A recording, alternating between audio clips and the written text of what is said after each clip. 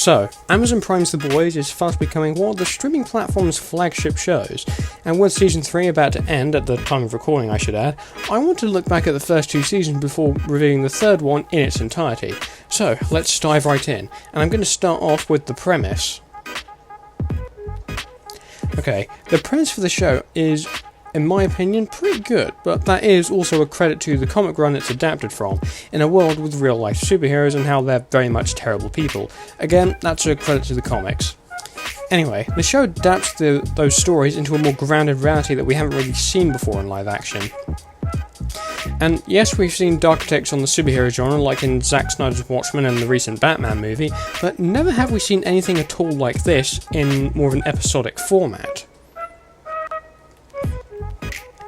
Right, now we're moving on to the cast, which I think is absolutely brilliant. While some of it isn't accurate to the comics, I think it works well because other comic book adaptations have used various pieces of source material and put it into a large melting pot to suit its own story. Anyway, looking at the cast, the main standout for me is Karl Urban, who plays the character of Billy Butcher, a man that wants to make sure the Supes don't break the law, or as he puts it, spank the bastards when they get out of line.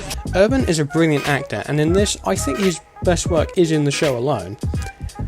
Jack Quaid is pretty good as Huey, and while he might not be fully comic accurate, i.e. looking like Simon Pegg, I still enjoy how he's written, and his motivations are a good way to tie him in with the story.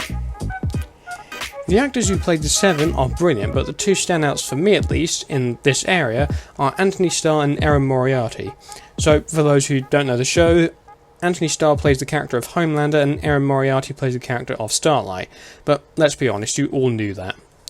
Okay, Anthony Starr is brilliant as Homelander, who really feels like an evil version of Superman, or as B.H.L. Hudson puts it, an experiment to fuse Chris Pine with Lucius Malfoy. Sure. And Homelander for me really feels like an evil version of Superman, which I think is the point, because the show is really about flipping the superhero genre on its head. Erin Moriarty for me is brilliant as Starlight, and is the audience's introduction to the Seven and how things aren't really what they seem, which is brought straight to home with a certain scene involving the Aquaman ripoff. Moving on. The plot of this show for me is brilliant, and how the characters get something to do. I said this in my Kingsman video, that those films were about flipping the genre on its head.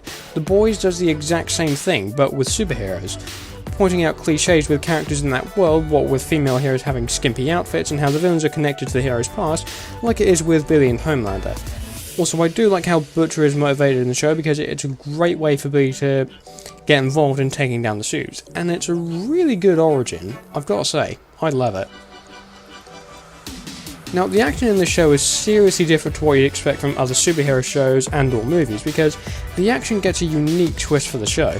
I'd say my favourite has to be in episode 1 with Billy Butcher vs Translucent, who doesn't exist in the comics. That fight scene is very creative in how it's choreographed and how Butcher can't really see his opponent, but uses blood to see him, which is pretty good. That's creative and something that the show uses to its advantage. Also, I should mention that there's a lot of violence in case that wasn't obvious. But overall, I think The Boys Season 1 was a brilliant start to the show, and I'll be honest, I'd honestly have to give it a 10 out of 10 because it's literally flawless.